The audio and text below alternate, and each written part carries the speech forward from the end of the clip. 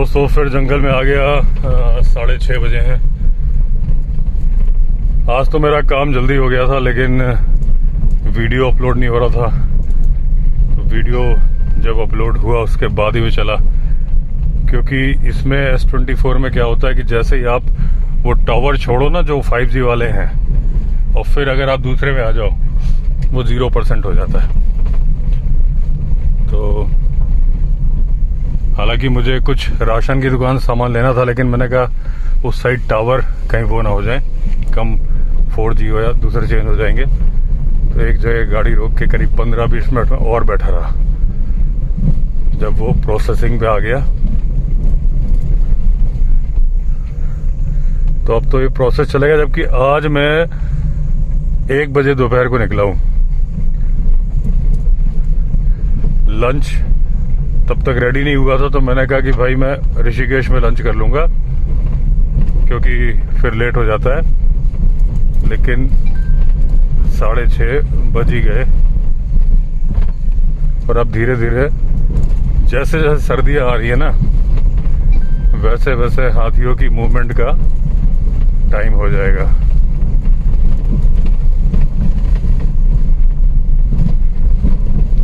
और ये यहीं कहीं पे मुझे वो मिला था, इक्कड़ तो मिला ही था। इक्कड़ तो बहुत बार मिले हैं। वो मिला था 1.5 दांत वाला हाथी, जिसको कि बोलते हैं सद्दाम। अब पता नहीं जिंदा है कि नहीं है, काफी बूढ़ा हो गया था, तो वो उसने माइग्रेशन बंद कर दिया था, इसी इलाके में रहना शुरू कर दिया था। वो जो बीन नदी का फॉरेस्ट का मचान बना हुआ है, उसके उस तरफ वो रहता था, ऐसा लोगों ने बताया। घूमते फिरते यहाँ आ जाता था। ये जो मोटा वाला पेड़ दिख रहा है, ये एलिफेंट क्रॉसिंग है, और कुछ पत्ते पड़े हैं।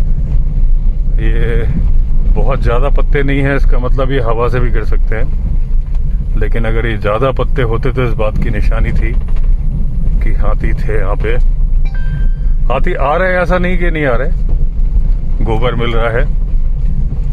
और जो 1.5 दांत का हाथी है दोस्तों, वैसे तो मैंने बहुत बार वीडियो में बताया है, लेकिन अपने को कुछ तो बातें करनी है।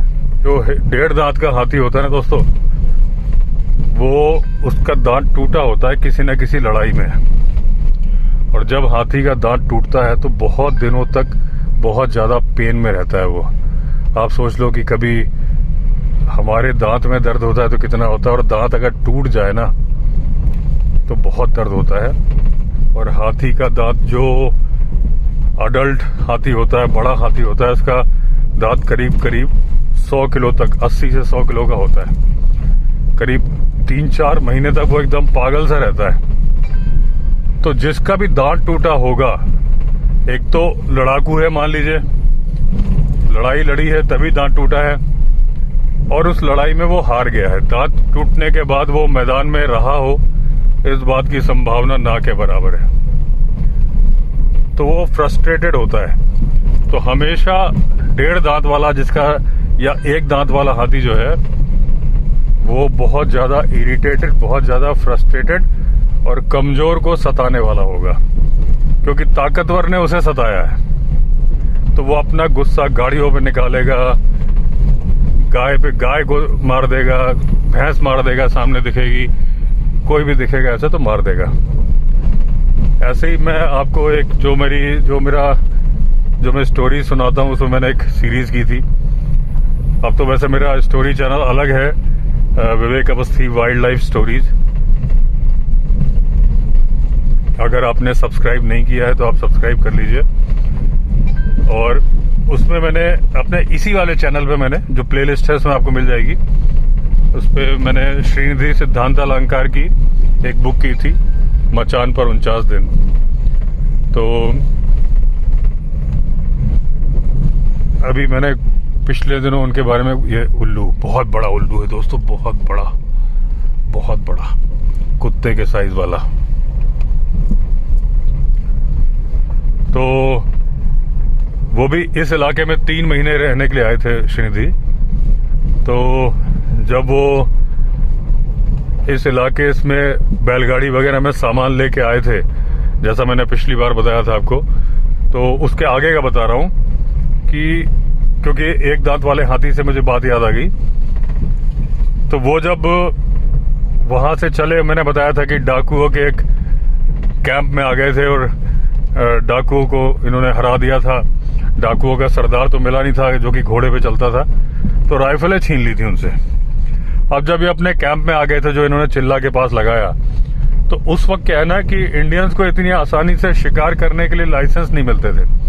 ये खुद भी अपनी आत्मरक्षा के लिए जो रखते थे, तीर कमान रखते थे, धनुष बाण, और अचूक निशाना था इनका। तो इन्होंने कहा यार ये 5 राइफलें आ गई हैं, नहीं 4 थी मेरे ख्याल से, कि 4 राइफलें आ गई हैं, अब इनका क्या करें। कोई भी चेकिंग पे आ गया फॉरेस्ट ऑफिसर या पुलिस वाला तो वो तो अरेस्ट कर लेगा, 2 साल की सजा हो जाएगी। तो इन्होंने सोचा कि गंगा नदी पास में बहा देते हैं। फिर इन्होंने कहा कि गंगा में तो बेकार हो जाएंगी बंदूकें, उससे अच्छा है थाने में जमा कर दें, तो पुलिस वालों के काम में आ जाएंगी। लेकिन फिर इन्होंने सोचा कि भाई थाने तक पहुंचेंगे कैसे, क्योंकि थाना था श्यामपुर कांगड़ी में। श्यामपुर कांगड़ी बहुत बार दिखाया मैंने अपने वीडियो में। जो चंडी माता का मंदिर है, वो जो चंडी माता वाला पुल है, अगर सीधे चले जाएंगे आप, लेफ्ट मुड़ा मुड़े, तो श्यामपुर कांगड़ी आता है। तो इन्होंने डिसाइड किया कि हम लोग पैदल चलते हैं, कंबल वगैरह लपेट के, रात में जाके थाने में जमा कर देंगे। और इनका प्लान था कि भाई थाने में जमा भी क्या करेंगे, जो सिक्योरिटी गार्ड होगा उसको हमें बांधना ही पड़ेगा, उसके चेहरे पे पट्टी बांध के, कपड़ा डाल के, और चुपचाप बंदूकें रखेंगे, भाग आएंगे। अब ये चले, टॉर्च इनके पास थी लेकिन ये जला नहीं सकते थे, कि जलाते तो इनका कहना था कि उस टाइम रात में क्या है, फॉरेस्ट ऑफिसर खुद शिकार खेला करते थे। अंग्रेजों का जमाना था, तो दूसरों को मना करते थे, खुद शिकार करते थे। तो इन्होंने सोचा कि भाई हम टॉर्च नहीं जलाएंगे और सारे सट के चलेंगे, क्योंकि इन्हें खबर लग चुकी थी कि एक आदमखोर बाघ भी उस इलाके में घूम रहा है। भालू भी था और सारे जानवर थे। दूसरी बात, सबसे खतरनाक जानवर हाथी भी था। तो इन्होंने वही पॉलिसी अपनाई कि भाई सारे सट के चलेंगे, दूर नहीं चलेंगे। तो एकदम सट के चल रहे थे, और इन्होंने कारतूस वगैरह कमर में बांध लिए थे। अब इनको बीच में एक ऊपर साइड से, जंगल की साइड से, एक पत्ता खटकने की आवाज आई, ऐसी टहनी चटकने की आवाज आई। तो इन्होंने कहा कहीं भालू तो नहीं है, कि एक भालू भी इस इलाके में घूम रहा है।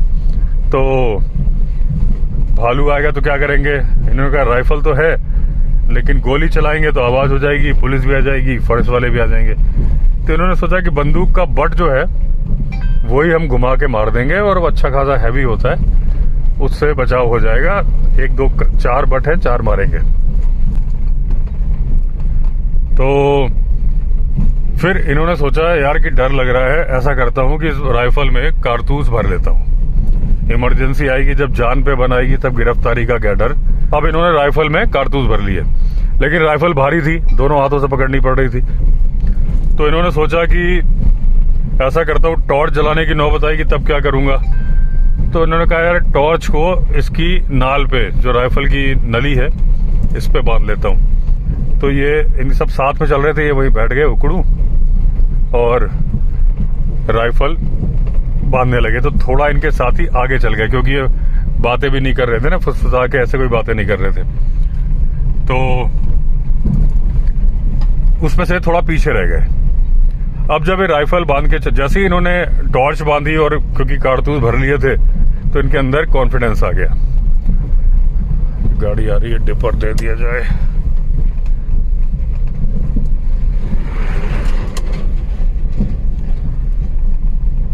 तो जैसे ही अब उठ के चलने लगे, तो क्योंकि ये बैठ गए थे, बाकी साथी थोड़ा आगे निकल गए थे, वैसे ही कुछ मिट्टी ऊपर से लुढ़क के आई, इनके सामने आके गिरी, लुढ़कने की आवाज आई। और दोस्तों, जब मिट्टी लुढ़कती है तो कोई भारी भरकम जानवर के कदमों से ही लुढ़कती है। आपने जिम कॉर्बेट, एंडरसन सबकी स्टोरी सुनी होगी कि कहीं कोई पत्थर लुढ़कने की आवाज आती थी, कहीं कुछ, क्योंकि जब टाइगर या लेपर्ड ऐसे चलते हैं, भालू भी चलता है, तो उनके कदमों की वजह से कई बार पत्थर लुढ़क जाते हैं। इमीडिएटली इन्होंने टॉर्च जलाई, और क्योंकि वो टॉर्च बंधी हुई थी बंदूक की नली में, जैसे ही इन्होंने टॉर्च मारी, देखा कि एक टाइगर या टाइग्रेस घात लगा के उछलने की तैयारी में है ऊंचाई से इनके ऊपर। और अगर तो इन्होंने टॉर्च नहीं बांधी होती तो ये अगले कदम में उस टाइग्रेस का शिकार हो जाते, जो कि थी मैन ईटर। जैसे टॉर्च पड़ी तो टाइग्रेस चौंक गई एकदम से और उसने पीछे हटने की कोशिश करी, लेकिन इन्होंने ट्रिगर दबा दिया। अच्छा, जब वो पीछे हटने लगी, इन्होंने सोचा कि मारूं कि नहीं मारूं। फिर इन्होंने कहा कि भाई ये मैन ईटर है, इसको मारना जरूरी है क्योंकि ये आदमियों को मार रही है और मारती ही जाएगी। मौका भी था, अगर कोई कार्रवाई होगी तो देखा जाएगा। इन्होंने ट्रिगर दबा दिया, सीधा निशाना लगा, वो नीचे आ गई। धमाका हुआ, तब तक इनके साथी आया कि गोली क्यों चलाई। तब इन्होंने कहा भाई गोली इसलिए चलाई, ये देखो टाइग्रेस मेरे ऊपर हमला करने जा रही थी, ये पड़ी हुई है। उन्होंने देखा, फिर बोले अब भाई जल्दी से यहाँ से निकलो क्योंकि फॉरेस्ट वाले भी आ जाएंगे और पुलिस वाले भी आ जाएंगे। अभी लेफ्ट हैंड साइड से मुझे हल्की सी आवाज सुनाई थी, थोड़ी थोड़ी विंडो खुली है। ये वही कटी घाटी वाला इलाका है, लेकिन चलो वो मेरे दिमाग का वहम है।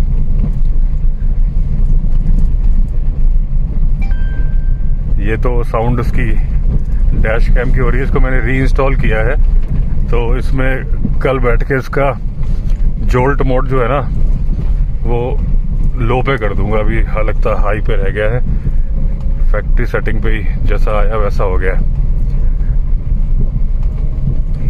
अब ये मेरे दिमाग में जो हो गया ना, अभी एकदम से मुझे आवाज आई लेफ्ट साइड से। तो क्या बता रहा था, हाँ, तो जब टाइगर मार दिया तो इन्होंने कहा भाई चलो जल्दी से निकलते हैं। तो निकल के रोड की तरफ आ गए। अब इन्होंने राइफल, जब श्यामपुर की तरफ आए तो इनको लग रहा था कि भाई कोई आ ना जाए चेकिंग के लिए, क्योंकि बंदूक चली है तो कहीं ना कहीं से कोई आएगा।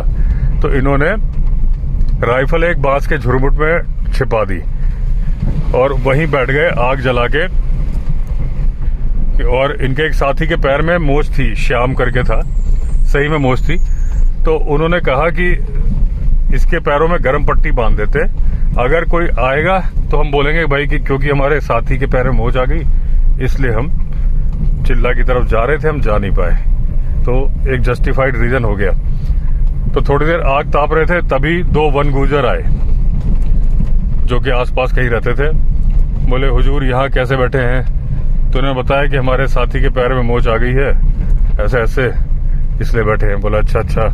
तो इन्होंने पूछा कि आप लोग कहाँ जा रहे हो इतनी रात को, जबकि यहाँ पे तो आदमखोर शेर घूम रहा है सुना है। बोले कुछ नहीं, हमें आग जलती दिखाई दी तो हम बस देखने आए थे कि माजरा क्या है। तो इन्होंने बताया कि भाई ऐसे ऐसे है और हम यहीं के रहने वाले हैं, पीली कोठी का नाम सुना होगा? तो बोले हाँ सुना है, वहाँ पे एक डॉक्टर साहब रहते हैं। बोले बस ये डॉक्टर साहब हमारे साथ ही बैठे हैं, तो हम सुबह ही निकलेंगे यहाँ से, आदमखोर टाइगर का डर है। तो यहाँ से गाड़ी मैनुअल मोड पर निकाली जाए।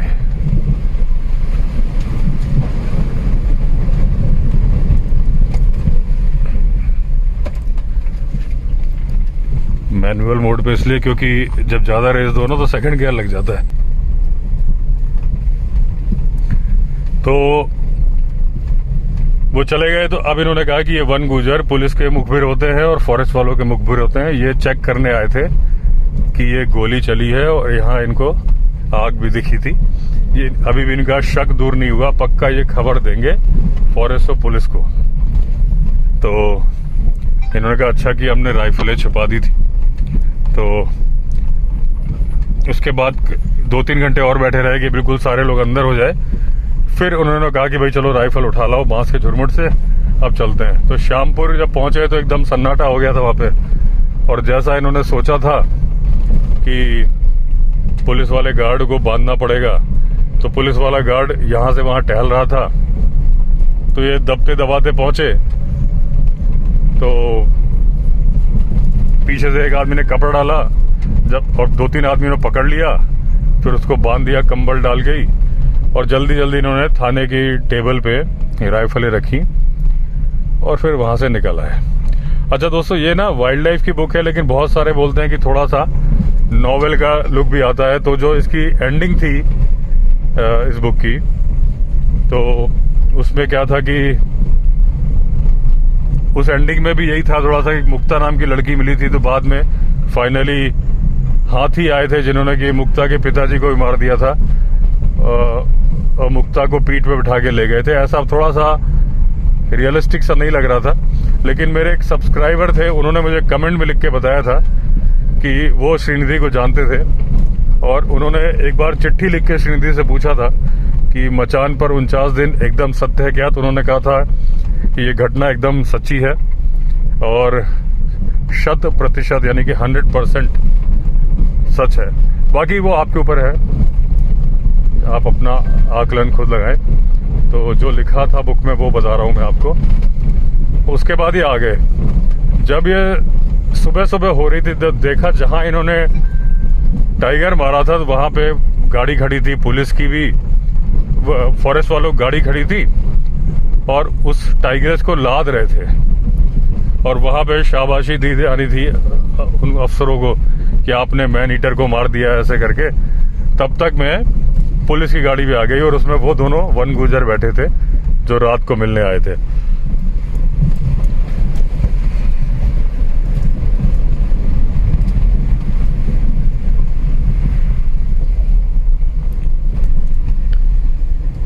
तो इस तरह का घटनाक्रम ये दोस्तों सब यहीं का है।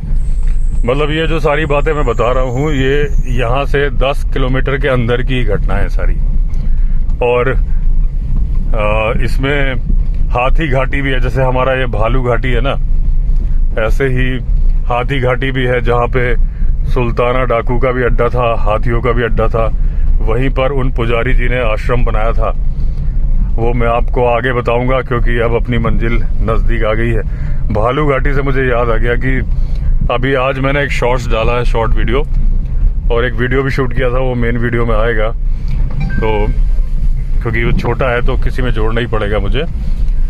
तो उसमें एक भालू की गुफा मिली मुझे भालू घाटी में, मतलब भालू की ही लग रही थी, और क्योंकि वो नदी के एकदम किनारे थी गुफा, और अगर तो उसमें कोई जानवर नहीं जाता होता तो उसमें पक्का मिट्टी और पानी भर गया होता, क्योंकि पानी चला था बारिश में। तो क्योंकि वो भालू अपने पंजों से खोद के बना देता है साफ, और मुहाना हमेशा छोटा रखता है क्योंकि भालू के बच्चों को लेपर्ड भी उठा ले जाता है। टाइगर आएगा तो टाइगर भी ले जाएगा। तो उधर पे मूवमेंट टाइगर की भी है, लेकिन भालुओं की तो मूवमेंट बहुत ज्यादा है। तो उस गुफा में मैंने उस शॉर्ट वीडियो में बोला, इंस्टाग्राम पे भी रील भी डाली है, तो मैंने बोला है कि मेरी इतनी हिम्मत नहीं है कि मैं इसके सामने जाऊं। दोस्तों, आजकल इतनी घटनाएं हो रही हैं ह्यूमन एनिमल कॉन्फ्लिक्ट के बारे में, तो ये जो बातें मैं बोलता हूं ये मैं जानबूझ के बोलता हूं ताकि एक मैसेज जाए क्योंकि वो रील जितने लोग देखें वो देखें। मैं बार बार बोल रहा हूं, आजकल तो कुछ बार बार रिपीट कर रहा हूं कि कोई भी 30 मार खां बनने की कोशिश ना करे, क्योंकि आप 30 मार खां बनने की कोशिश करोगे और उसको देख के किसी और की जान चली जाएगी। इसलिए जंगली जानवरों से दूर रहना है, डर रहना है। और ये मेरा तो कहना है कि हर इन्फ्लुएंसर का काम है कि वो ये मैसेज पास करे।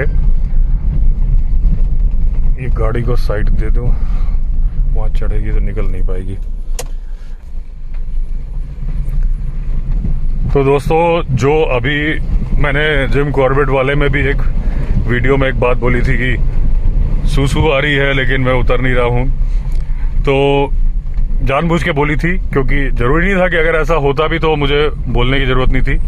वरना जिस तरह से मैं अभी भी रात को जंगल में अकेला घूम रहा हूं, तो दोस्तों अगर मान लीजिए हाथी के इलाके में ड्राइव कर रहा हूं, हालांकि जगह होती है, लेकिन अगर डर लग रहा है, जाहिर सी बात है हाथी से डर लगता है, लेकिन ये बात वीडियो में बोलने की क्या जरूरत थी।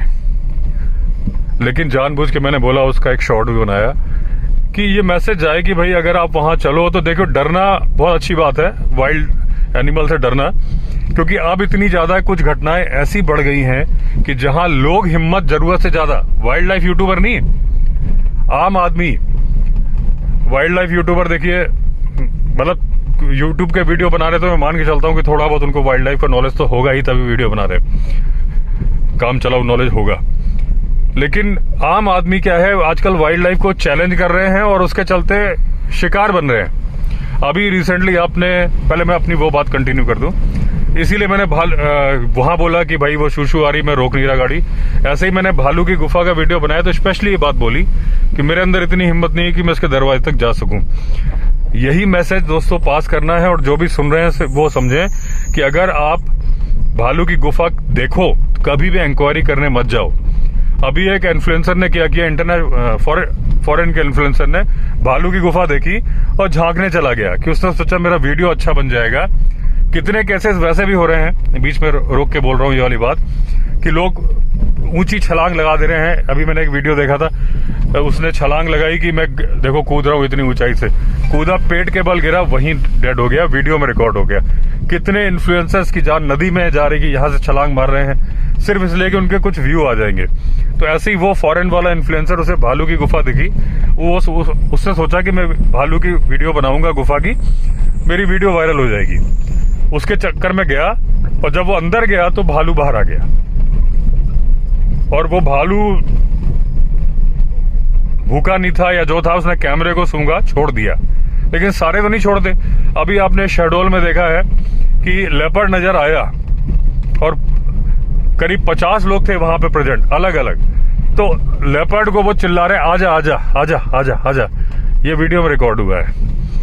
अब उसमें क्या हुआ, 2-4 लोग आगे जाने लगे हिम्मत देख के। भीड़ में तो नहीं आता है हमला करने, लेकिन अकेले पे हमला कर देता है। और मैंने आपको पहले बताया कि लेपर्ड जब गुस्से में आता है ना, मेरे 1-1.5 साल पुराने वीडियो में भी मैंने बताया, ये घटना तो अभी हुई है, मैंने बताया है कि जब लेपर्ड गुस्से में आता है तो वो दौड़ के आएगा, तो अगर 5 आदमी है 5 को घायल करेगा। ये बात आप देख लेना, मेरे बहुत वीडियो में मिल जाएगी बोली हुई, कि उसकी आदत होती है, इसको पंजा मारेगा, उसका सिर।